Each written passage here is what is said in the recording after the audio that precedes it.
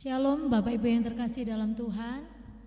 Puji Tuhan, sebuah sukacita bagi kita semua kalau sampai detik ini Tuhan masih mengundang kita untuk datang bersama-sama kita memuji dan menyembah Tuhan. Kita bersyukur sebab kebaikan Tuhan. Firman Tuhan yang mendasari ibadah kita pada pagi hari ini terambil dalam Mazmur pasal 34 ayat yang kedua dan yang ketiga. Aku hendak memuji Tuhan pada segala waktu. Puji-pujian kepadanya tetap di dalam mulutku. Karena Tuhan jiwaku bermegah. Biarlah orang-orang yang rendah hati mendengarnya dan bersukacita. Puji Tuhan Bapak Ibu, sebelum kita mengawali ibadah kita, mari kita bersama-sama tunduk kepala, kita sama-sama berdoa dan kita bersyukur kepada Tuhan. Haleluya.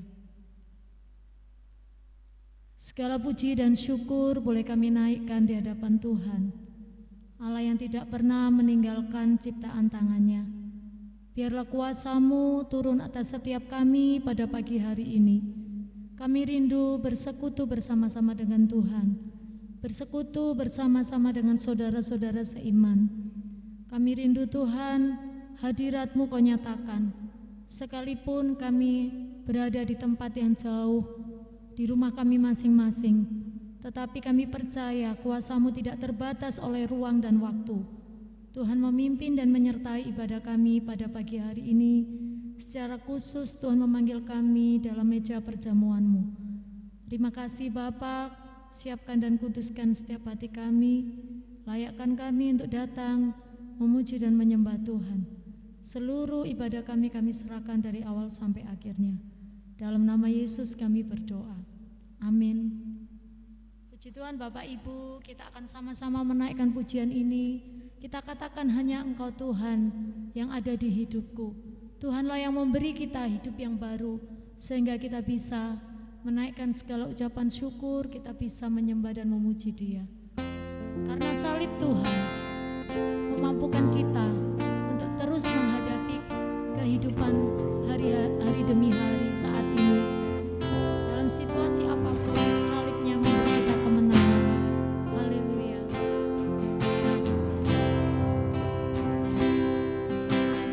Hanya Kau Tuhan di hidupku. Kau berikan hidup yang baru. Darah-Mu menyucikan, pulihkan hatiku. Ku nyatakan Kaulah segalanya. Engkaulah sumber pengharapan. Kuasa-Mu sanggup menyembuhkan. Jiwaku pun berserah hanya kepadamu. Yesus, Kaulah segalanya.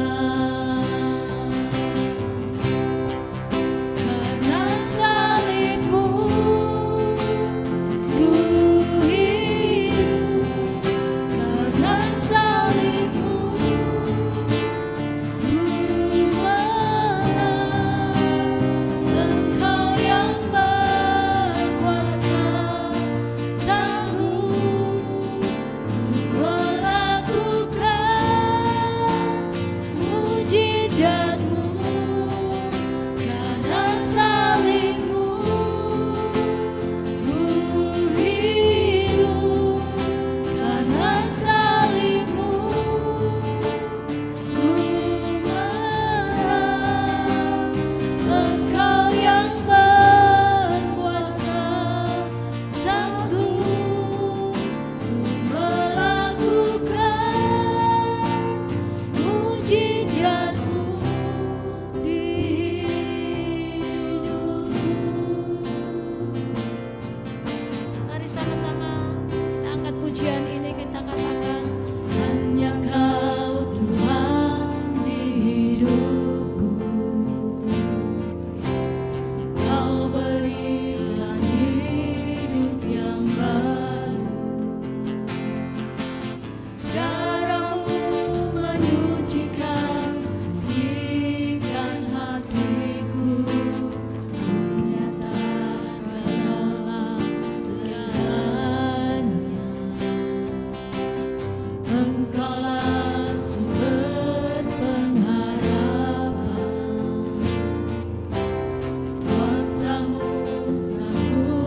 menyembuhkan.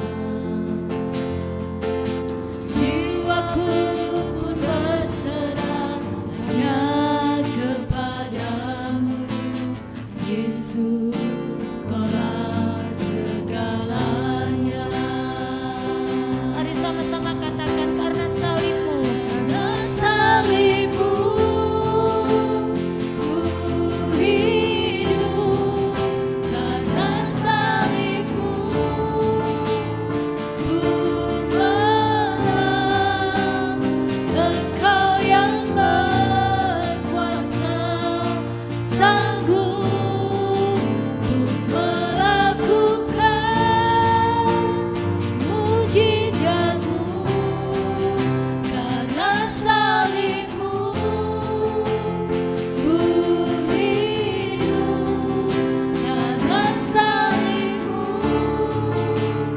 ku menang. Engkau yang berkuasa, sanggup untuk melakukan mujizat-Mu di hidupku.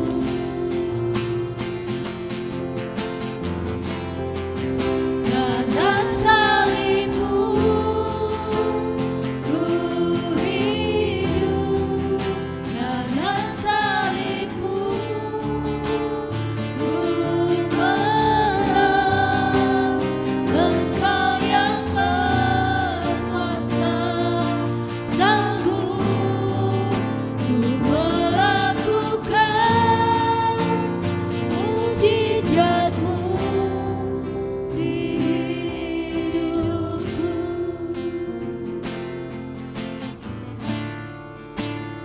Engkau yang berkuasa, sanggup untuk melakukan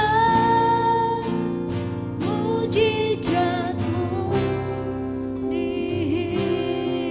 hidupku. Haleluya, puji Tuhan. Biarlah salib Tuhan terus mengingatkan kita untuk kita terus berjuang di dalam kehidupan ini, mengikut Tuhan dengan setia. Haleluya. Salam Bapak Ibu, saudara-saudara yang dikasihi Tuhan. Puji Tuhan, hari ini kita kembali bersama-sama akan membaca dan merenungkan firman Tuhan. Sebelum kita merenungkan firman Tuhan, terlebih dahulu mari kita minta pimpinan dan hikmat Tuhan. Biarlah oleh pertolongan dan kasih-Nya memberikan kekuatan dan kemampuan kepada kita, sehingga kita mampu untuk memahami apa yang menjadi kehendak Tuhan dalam hidup kita. Mari kita tundukkan kepala. Kami mengucap syukur Tuhan, kembali pada kesempatan ini bersama-sama kami hendak membaca, mendengar serta merenungkan firman Tuhan. Urapi setiap kami, mampukan setiap kami, agar kami sungguh-sungguh dapat mengerti rencana dan kehendak Tuhan dalam hidup kami, secara khusus di situasi pandemi COVID-19 pada saat ini. Berkati pemberitaan firman-Mu hari ini. Di dalam nama Tuhan Yesus Kristus kami berdoa dan bersyukur. Amin. Puji Tuhan, Bapak Ibu, saudara-saudara yang dikasihi Tuhan.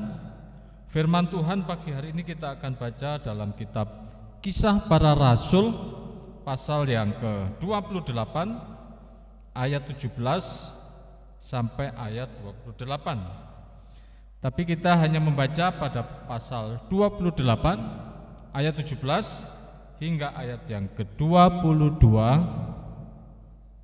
Demikian pembacaan firman Tuhan hari ini. Pembicaraan dengan orang Yahudi di Roma.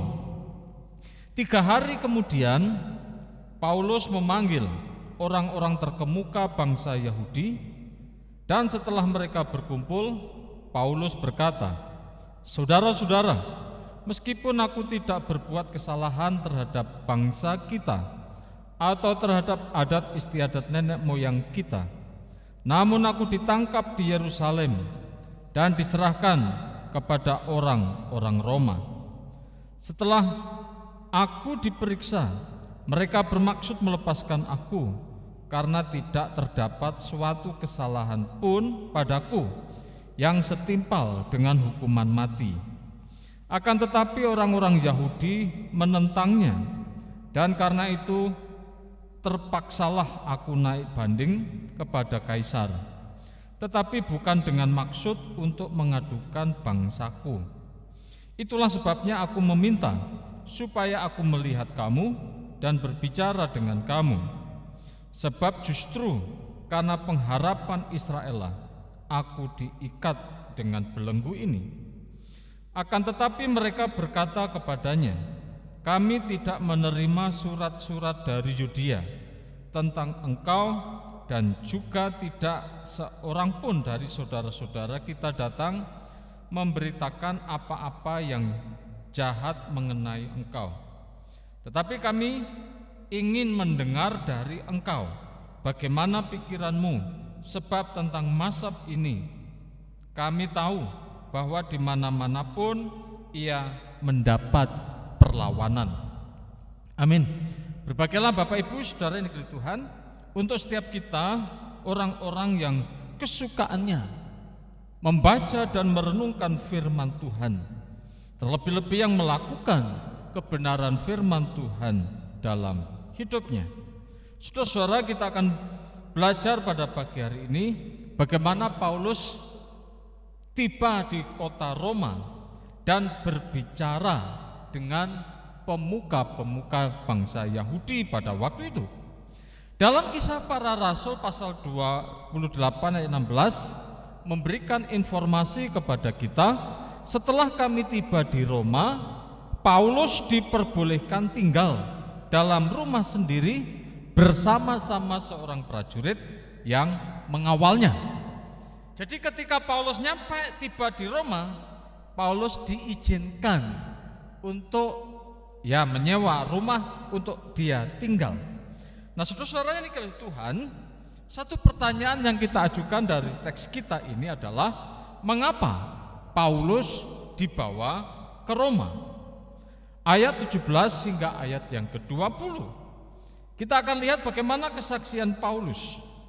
Meskipun aku tidak berbuat kesalahan terhadap bangsa kita, yaitu bangsa Yahudi, atau terhadap adat istiadat nenek moyang kita, namun aku ditangkap di Yerusalem dan diserahkan kepada orang-orang Roma, karena saat itu Israel berada di bawah kekuasaan Roma.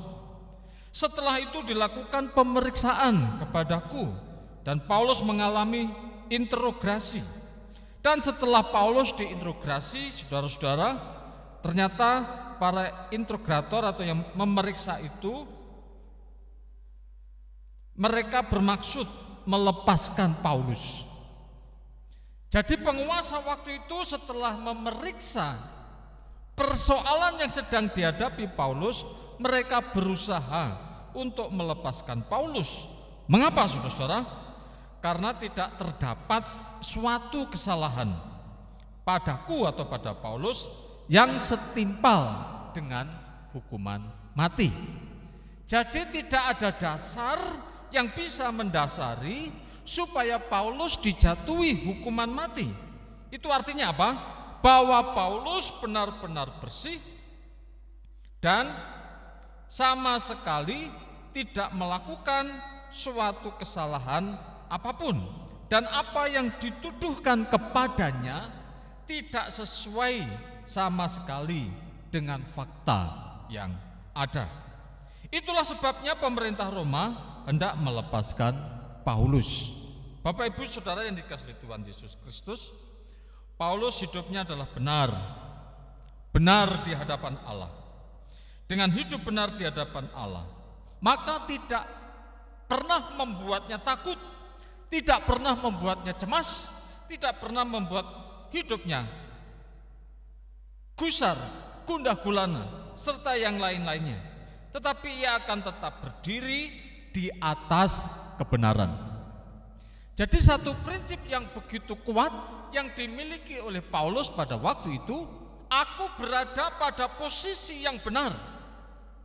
Benar bukan menurut pandangan orang, tetapi benar di hadirat Tuhan, benar di hadapan Tuhan. Dan ketika dia hidup benar di hadapan Tuhan, apa yang perlu aku takutkan? Bapak Ibu Saudara yang dikasihi Tuhan Yesus Kristus, ketika kita hidup benar di hadapan Tuhan, maka kita tidak perlu takut dengan apapun juga yang akan mengancam dan yang akan terjadi atas kehidupan kita. Karena di dalam kitab Yesaya pasal 32 ayat yang ke-17, firman Tuhan mengatakan kepada kita, di mana ada kebenaran, di situ akan tumbuh damai sejahtera. Dan akibat kebenaran ialah ketenangan dan ketenteraman untuk selama-lamanya. Jadi dampak dari hidup benar adalah ketenangan, damai sejahtera. Jadi betapa pentingnya bagi kita orang-orang percaya untuk hidup benar, sehingga dampak dari kebenaran yang kita hidupi adalah damai sejahtera, ketenangan dalam hidup kita apapun yang terjadi. Meskipun Paulus menghadapi ancaman hukuman mati, tetapi dia tidak takut sama sekali, karena dia berada dalam hadirat Tuhan, berada dalam kebenaran. Tetapi keputusan pemerintah waktu itu, saudara-saudara, ditentang oleh orang-orang Yahudi. Akan tetapi orang-orang Yahudi menentangnya. Mereka tidak terima atas keputusan pemerintah Roma. Dan karena itu terpaksalah aku naik banding kepada Kaisar, tetapi bukan dengan maksud untuk mengadukan bangsaku. Itulah sebabnya aku meminta supaya aku melihat kamu dan berbicara dengan kamu. Sebab justru karena pengharapan Israel aku diikat dengan belenggu ini. Paulus punya harapan. Harapannya adalah sama dengan apa yang diharapkan oleh bangsa Israel.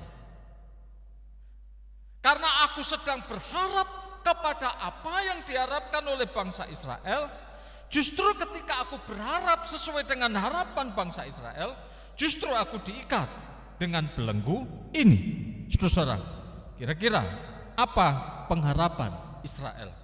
Bapak Ibu Saudara yang dikasihi Tuhan, bangsa Israel menanti kedatangan Mesias yang akan datang dan yang akan memerintah.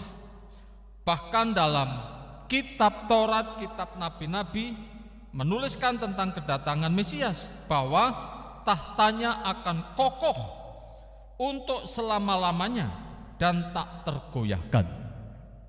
Jadi bangsa Israel hingga hari ini mereka masih tetap dalam posisi menunggu kapan Mesias itu datang. Tetapi ketika Mesias itu datang, dan Paulus berharap kepada Mesias yang sudah datang itu, justru malah dia dibelenggu. Paulus percaya bahwa Mesias telah datang, dan Mesias itu adalah Yesus Kristus. Siapakah Yesus Kristus itu, saudara-saudara? Bahwa Yesus itu adalah Firman yang menjadi manusia. Pada mulanya adalah Firman. Firman itu bersama-sama dengan Allah, dan Firman itu adalah Allah. Segala sesuatu dijadikan oleh Dia itu Firman. Dan tanpa Dia dan tanpa Firman, tidak ada satupun yang telah jadi dari segala yang telah dijadikan. Firman itu bersama-sama dengan Allah, dan Firman itu adalah Allah. Jadi saudara-saudara, Firman Allah yang turun ke dunia dan menjadi manusia. Firman yang turun menjadi manusia itu dipanggil dengan nama Yesus Kristus, Yeshua Amasiah, Yeshua, Isa, Dan masih banyak bangsa-bangsa lain ketika mereka memanggil nama Yesus. Nah, saudara-saudara yang dikasihi Tuhan, respon orang-orang Yahudi ketika mereka mendengar kesaksian dari Paulus pada ayat 17 dan ayat 21. Orang-orang Yahudi yang ada di Roma, mereka adalah orang-orang yang terkemuka bangsa Yahudi. Jadi mereka yang dikumpulkan oleh Paulus itu adalah tokoh-tokoh penting, tokoh-tokoh utama bangsa Yahudi. Karena mereka disebut di sini adalah orang-orang terkemuka bangsa Yahudi. Akan tetapi setelah mereka mendengar kesaksian Paulus, mereka berkata kepada Paulus, "Kami tidak menerima surat-surat dari Yudea tentang engkau. Dan juga tidak seorang pun dari saudara-saudara kita datang memberitakan apa-apa yang jahat mengenai engkau." Jadi saudara yang dikasihi Tuhan, Yahudi di Roma, Yahudi di Yudea yang berpusatnya di Yerusalem masih tetap terhubung, masih terus membangun hubungan. Jadi dimanapun orang Yahudi berada, bahkan di luar jauh dari Yerusalem, mereka tetap diikat dalam satu hukum, yaitu hukum Taurat. Saudara-saudara yang dikasihi Tuhan, jadi mengenai hal-hal tentang pengajaran, kebenaran-kebenaran tentang hukum Taurat, baik itu kitab para nabi dan juga tulisan-tulisan suci, tetap dijaga dan dipelihara. Nah, orang-orang Yahudi, orang-orang terkemuka yang ada di Roma belum menerima surat dari orang-orang Yahudi yang dari Yudea. Tetapi kami ingin mendengar dari engkau bagaimana pikiranmu, sebab tentang mazhab ini mereka tahu bahwa di mana-mana pun ia mendapat perlawanan. Jadi orang-orang Yahudi yang berada di kota Roma memang mendengar tentang mazhab ini. Saudara, mazhab itu adalah haluan atau aliran tertentu. Nah, nanti kita akan lihat. Jadi mereka mendengar bahwa kehadiran Paulus, pengajaran Paulus yang mengajarkan bahwa Yesus yang mati itu telah bangkit dari antara orang mati, dan pengajaran itu mereka tahu bahwa di mana-mana pun mazhab ini mendapatkan perlawanan. Nah, saudara, mereka mempertanyakan dan mereka ingin mendengar bagaimana pikiran Paulus tentang mazhabnya itu. Kalau kita kaji dalam kebenaran-kebenaran kitab suci, kita lihat yang pertama pikiran Paulus itu dicatat dalam kitab 2 Korintus pasal 10 ayat yang kelima.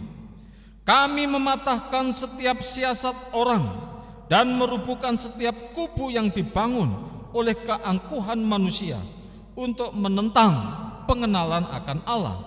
Kami menawan segala pikiran dan menaklukkannya kepada Kristus.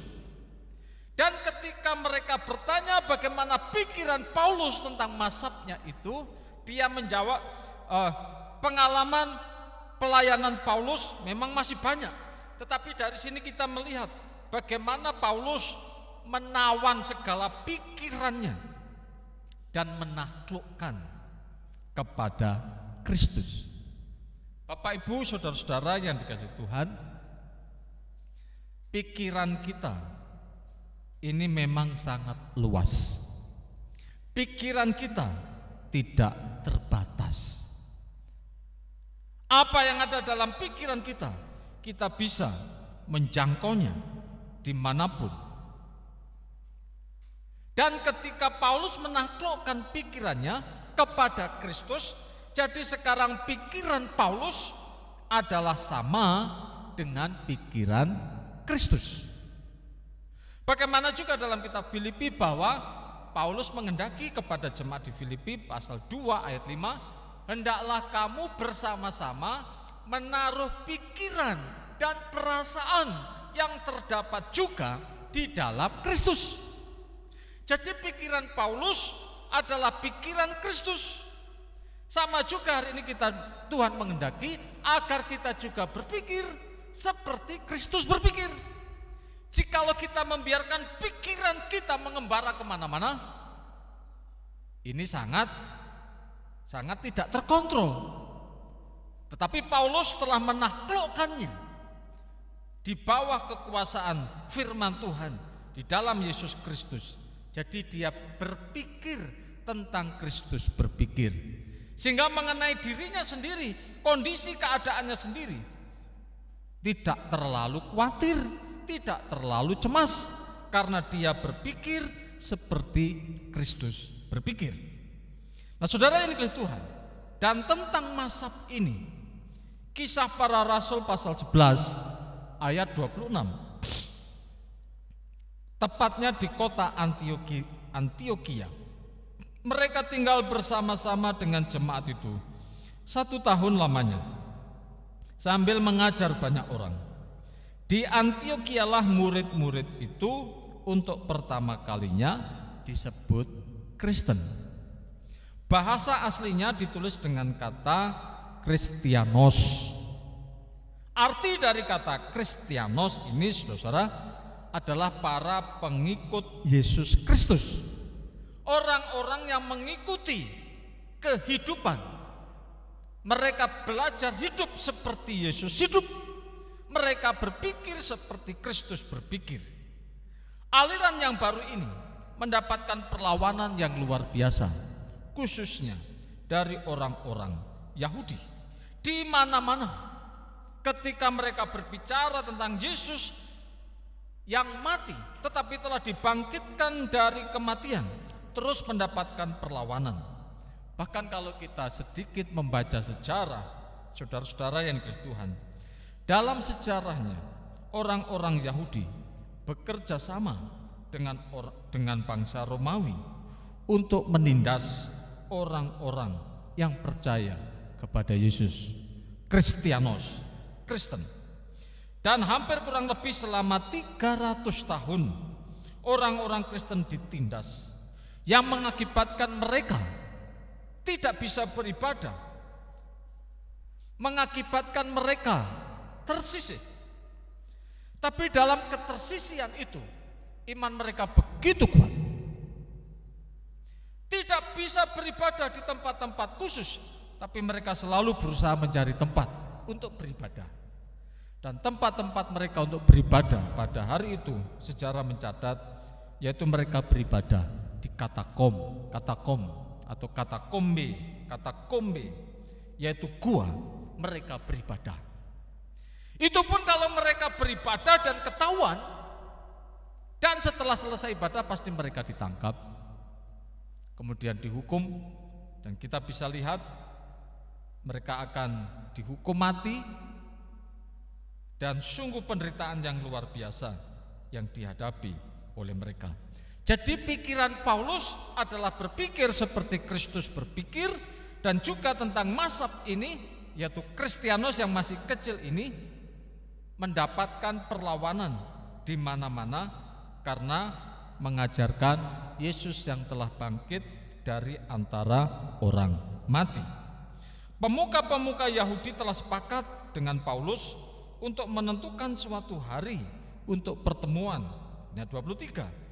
Pada hari yang ditentukan itu datanglah mereka dalam jumlah yang besar ke tempat di mana Paulus tinggal di kota Roma, di sebuah rumah yang disewa oleh Paulus.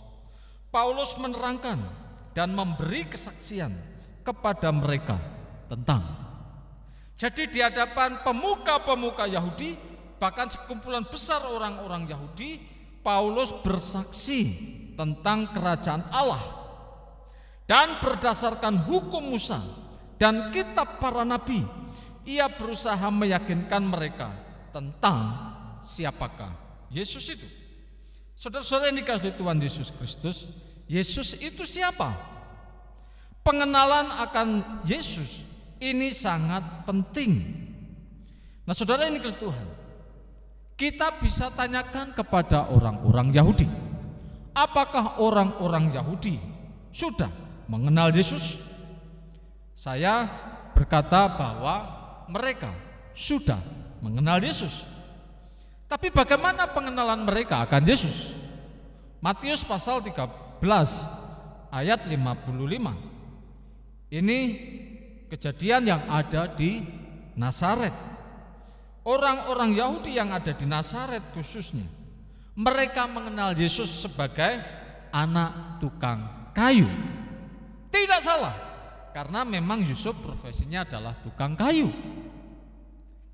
Dan kemudian Yesus juga bekerja sebagai tukang kayu. Dan mereka juga mengenal, aku tahu ibunya. Ibunya namanya Maria. Jadi Yesus ini anaknya Maria. Aku juga mengenal saudara-saudara Yesus itu ada di antara kita, laki-laki, yaitu Yakobus, Yusuf, Simon, dan Yudas. Itu saudara-saudara Yesus. Dan bahkan Yesus pun memiliki saudara-saudara perempuan. Dari semua saudaranya yang ada di Nazaret, orang-orang Yahudi mengenal siapakah Yesus. Yesus hanyalah anak tukang kayu.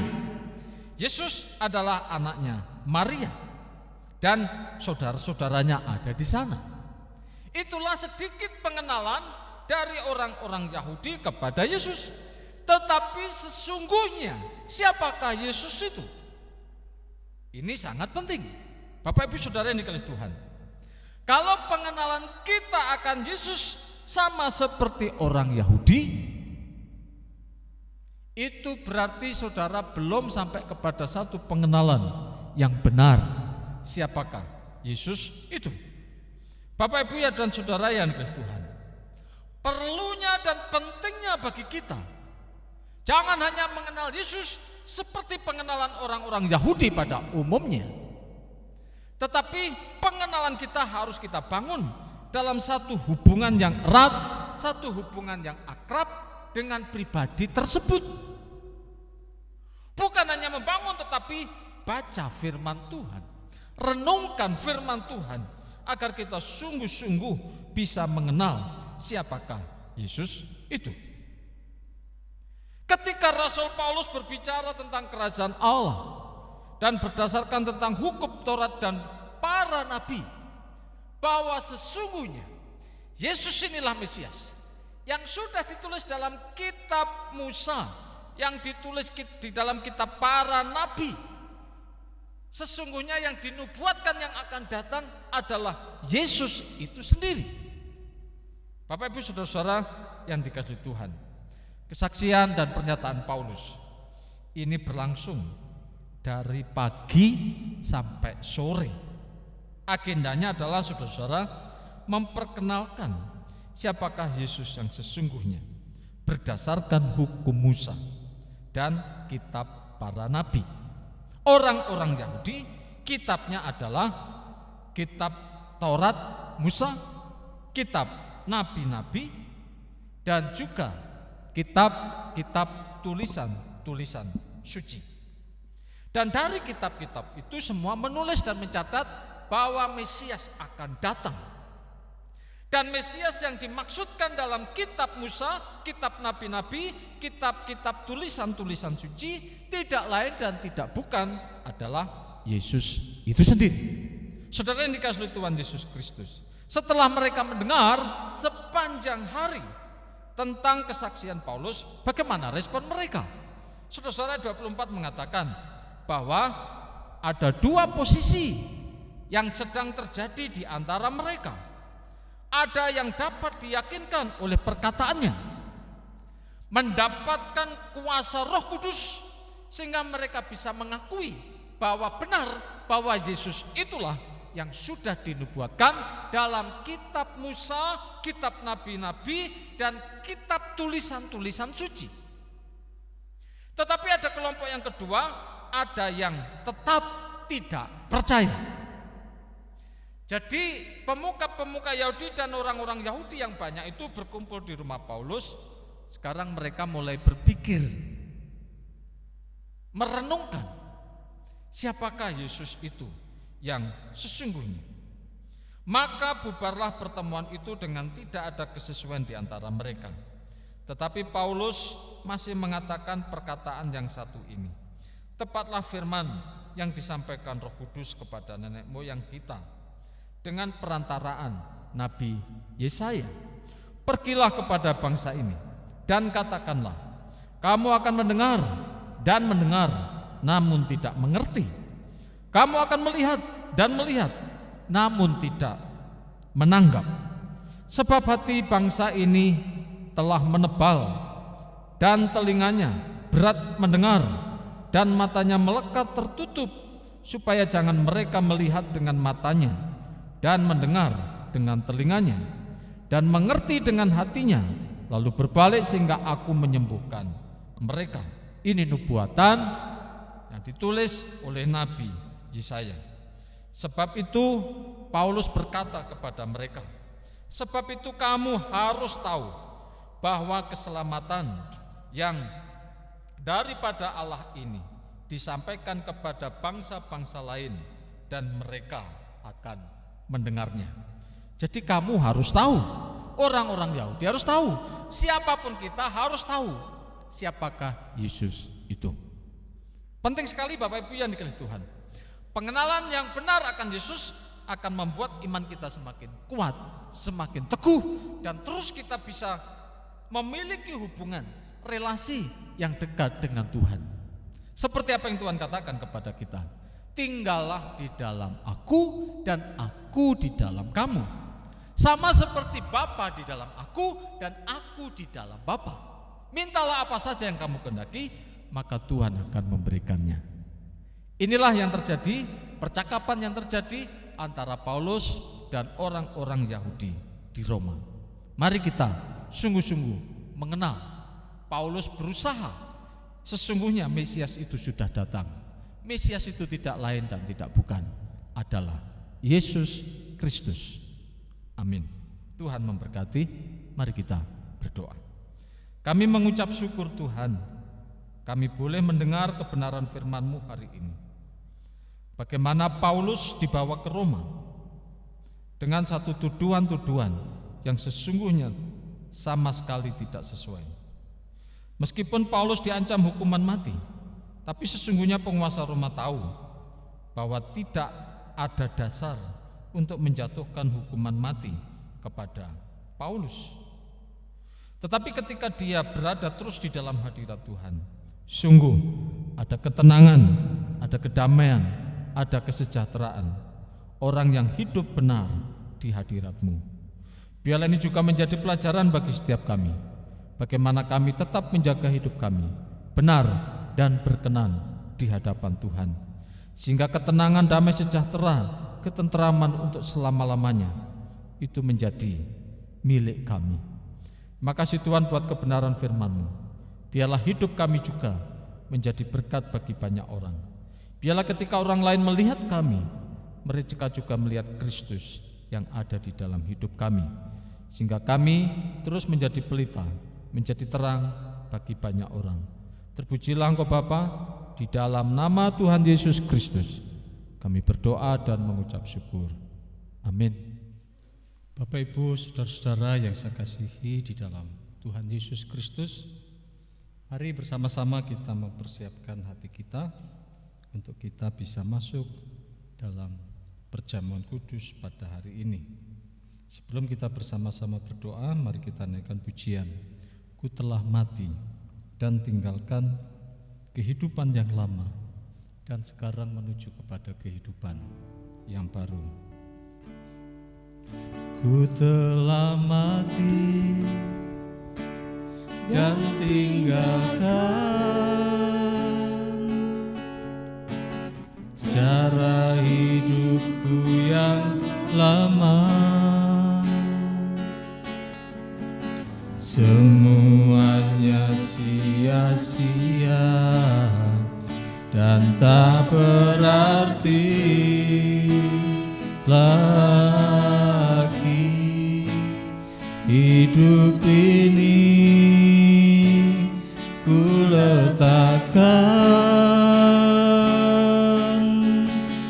pada mezbah-Mu ya Tuhan.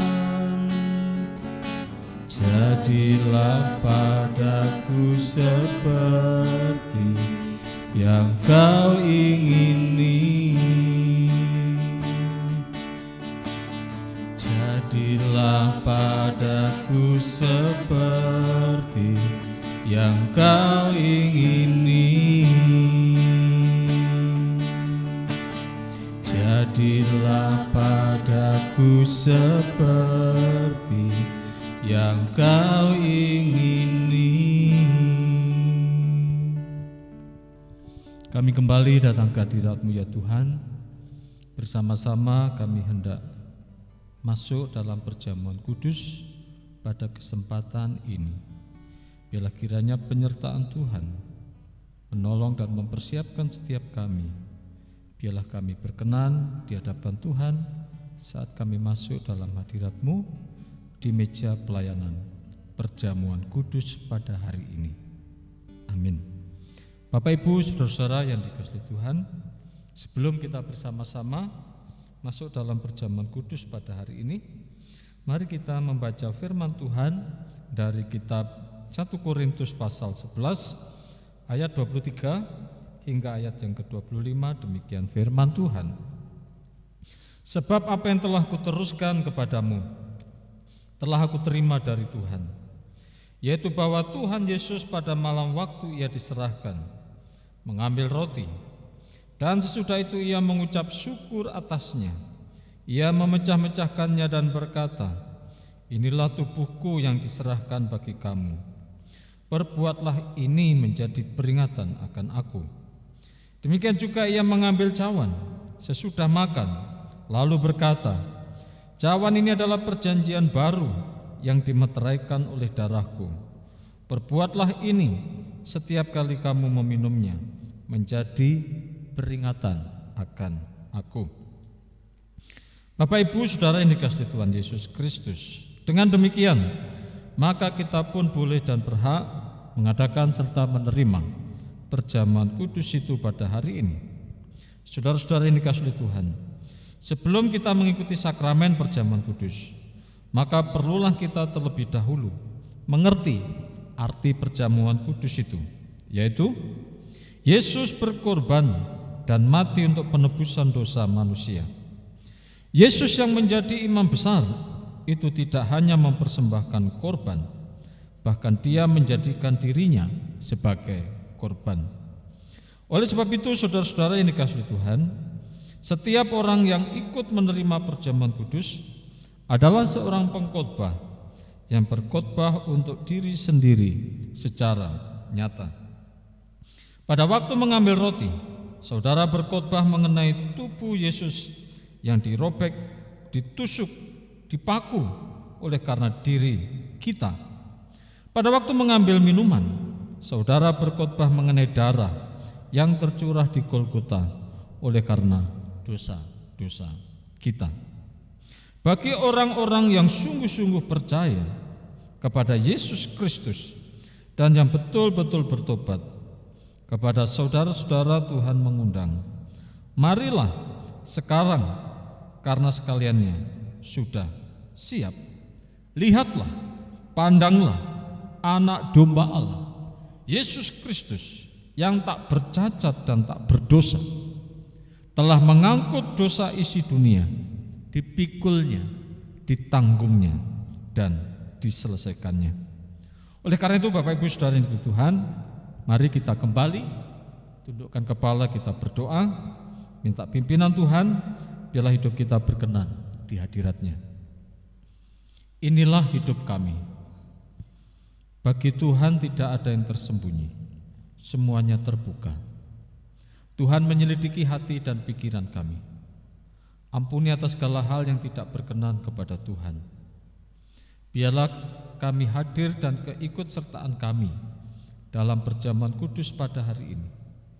Biarlah kami tidak berdosa, tapi hidup kami benar dan layak di hadapan Tuhan. Ampuni atas segala dosa-dosa kami.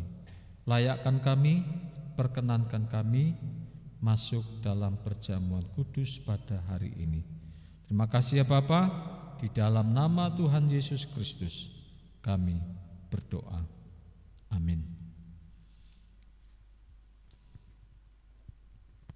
Pada malam waktu Yesus sebelum disalibkan, bersama dengan 12 muridnya, Yesus mengadakan perjamuan. Kemudian Yesus mengambil roti serta memecah-mecahkannya serta berkata, "Inilah tubuhku yang terpecah-pecah karena kamu.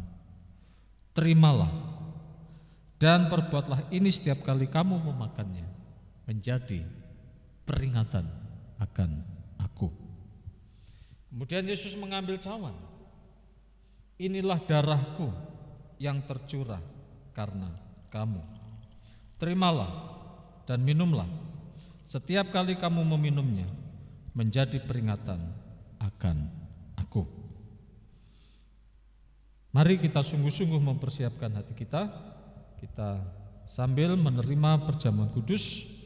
Inilah tubuhku yang terpaku, yang ditusuk, yang dirobek, semuanya oleh karena dosa-dosa kita. Dosa hanya bisa dapat ditebus oleh darah yang kudus. Mari bersama-sama kita pegang roti di tangan kanan kita. Kita angkat di hadapan Tuhan. Kita sama-sama naikkan pujian dan syukur kita di hadapan Tuhan. Kami mengucap syukur ya Tuhan, oleh karena segala kasih, anugerah dan kemurahan Tuhan yang sudah Tuhan nyatakan kepada kami. Bagaimana Tuhan telah menyelesaikan masalah dosa yang serius. Sudah diselesaikannya 2000 tahun yang lalu di atas gunung Golgota. Yesus bersama dengan 12 muridnya, sebelum dia disalib, dia mengadakan perjamuan bersama dengan 12 murid. Yesus mengambil roti serta berkata, "Inilah tubuhku yang terpecah-pecah karena kamu. Terimalah, lakukan dan perbuatlah ini setiap kali kamu memakannya, menjadi peringatan akan aku." Makanlah dalam nama Tuhan Yesus Kristus.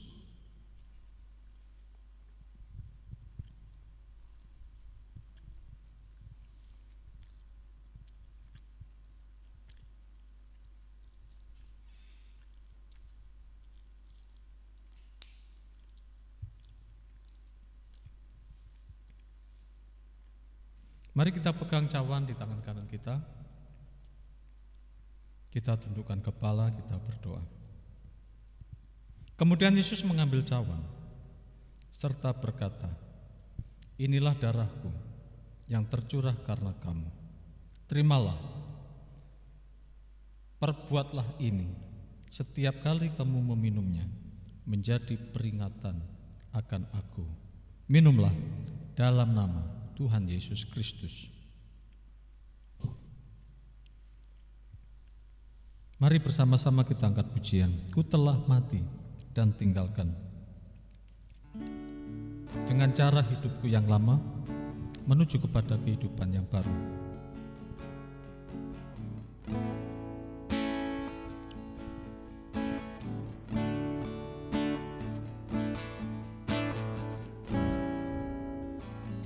Telah mati dan tinggalkan cara hidupku yang lama. Semuanya sia-sia dan tak berarti lagi. Hidup ini ku letakkan pada mezbah-Mu ya Tuhan. Jadilah padaku seperti yang Kau ingini. Jadilah padaku seperti yang Kau ingini. Jadilah padaku seperti yang Kau ingini. kami mengucap syukur ya Tuhan, karena kami telah menjadi bagian dari rencana Tuhan. Karena begitu besar kasih Allah akan dunia ini, sehingga Ia telah mengaruniakan anaknya yang tunggal, supaya setiap orang yang percaya kepadanya tidak binasa, melainkan beroleh hidup yang kekal. Terima kasih Tuhan buat kasih-Mu dan berkat-berkat-Mu pada perjamuan kudus hari ini. Di dalam nama Tuhan Yesus kami berdoa. Amin. Puji Tuhan, Bapak Ibu yang terkasih dalam Tuhan, kita telah diberkati oleh firman Tuhan. Bapak Ibu juga telah menerima pelayanan perjamuan kudus. Kiranya pelayanan perjamuan kudus ini boleh menguatkan kita untuk terus menghadapi hari-hari ke depan. Mari bersama-sama kita akan mengakhiri ibadah kita. Kita menaikkan sebuah pujian bahwa yang mengatakan Tuhan tidak pernah meninggalkan kita. Sedetik pun Tuhan tidak pernah terlelap untuk menjaga kita. Haleluya. Tak pernah tinggalkan perbuatan tangan-Mu. Yesus, Engkaulah penciptaku. Biarlah pujian ini boleh memberkati Bapak Ibu semuanya. Mari kita nyanyikan pujian ini bersama-sama. Tak pernah tinggalkan perbuatan tangan-Mu, Yesus, Engkaulah penciptaku. Sehelai rambutmu jatuh, Engkau pun tahu, Yesus, Engkau pedulikanku. Yesus, Kau perhatikanku. Takkan pernah terlambat pertolongan-Mu. Takkan pernah terlelap Kau menjagaku. Kaulah segalanya yang ku perlu di setiap jalan. Sebab Engkau Allah yang tahu yang terbaik di dalam hidupku. Puji Tuhan, mari bersama-sama kita katakan, tak pernah tinggalkan perbuatan tangan-Mu, Yesus, Kaulah penciptaku. Sehelai rambutmu jatuh, Engkau pun tahu, Yesus, Kau pedulikanku. Yesus, Kau perhatikanku. Takkan pernah terlambat pertolongan-Mu. Takkan pernah terlelap Kau menjagaku. Kaulah segalanya yang ku perlu di setiap jalanku. Sebab Engkau Allah yang tahu yang terbaik di dalam hidupku. Takkan pernah terlambat pertolongan-Mu. Takkan pernah terlelap Kau menjagaku. Kaulah segalanya yang ku perlu di setiap jalan. Sebab Engkau Allah yang tahu yang terbaik di dalam hidupku. Sebab Engkau Allah yang tahu yang terbaik di dalam hidupku. Doa berkat saya serahkan kepada hamba-Nya. Puji Tuhan, Bapak Ibu, saudara-saudara yang kasih di dalam Tuhan Yesus Kristus. Hari ini kita dapat menikmati kasih dan anugerah Tuhan di sepanjang ibadah kita. Teristimewa saat kita bersama-sama memasuki perjamuan kudus pada hari ini. Mari kita akhiri ibadah kita hari ini. Saya mengundang Bapak Ibu semua kita bangkit berdiri. Kita tundukkan kepala, kita berdoa. Kami naikkan segala pujian dan syukur kami oleh sebab kasih dan anugerah Tuhan yang terus nyata dalam setiap kehidupan kami. Teristimewa pada ibadah kami hari ini, awal, pertengahan hingga pada akhir, Tuhan sudah memimpin, Tuhan menyertai, dan Tuhan memberkati. Berkati bangsa kami, negara Indonesia, yang terus berjuang untuk mengatasi masalah virus COVID-19. Berikan nikmat kepada pemerintah sekarang, cara mereka bekerja, biarlah itu semua boleh dilakukan dan dikerjakan dengan baik, dengan hikmat, dengan pimpinan Tuhan, sehingga masalah ini segera dapat diatasi. Terima kasih Tuhan, kami sebagai anak-anak Tuhan, berikan juga kami ketaatan dan kedisiplinan untuk juga membantu memutus mata rantai penyebaran virus COVID-19 ini. Kami tidak mengakhiri ibadah kami hari ini. Kiranya Tuhan memberkati setiap kami dalam seluruh tugas tanggung jawab hari ini, bahkan pada pekan yang akan datang. Bapak Ibu saudara-saudara yang dikasihi Tuhan Yesus, arahkanlah hati dan pikiranmu. Pulanglah, terimalah berkat yang datangnya daripada Tuhan. Allah mengarahkan wajahnya kepada engkau. Allah hendak mencurahkan berkat-Nya atas engkau. Kiranya anugerah damai sejahtera yang datang dari Allah Bapa, cinta kasih sayang dari Yesus Kristus Sang Putra, kuat kuasa dalam persekutuan Roh Kudus, menyertai, memberkati Bapak Ibu saudara sekalian, hari ini sampai selama-lamanya. Amin. Amin.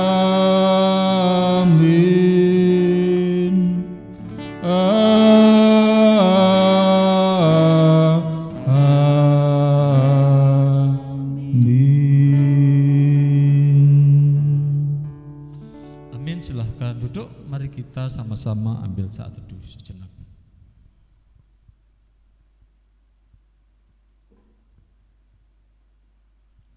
Amin. Puji Tuhan, Bapak Ibu, saudara yang dikasihi Tuhan, ibadah kita boleh selesai hari ini. Saya mengucapkan selamat pagi, selamat berhari Minggu, Tuhan Yesus memberkati.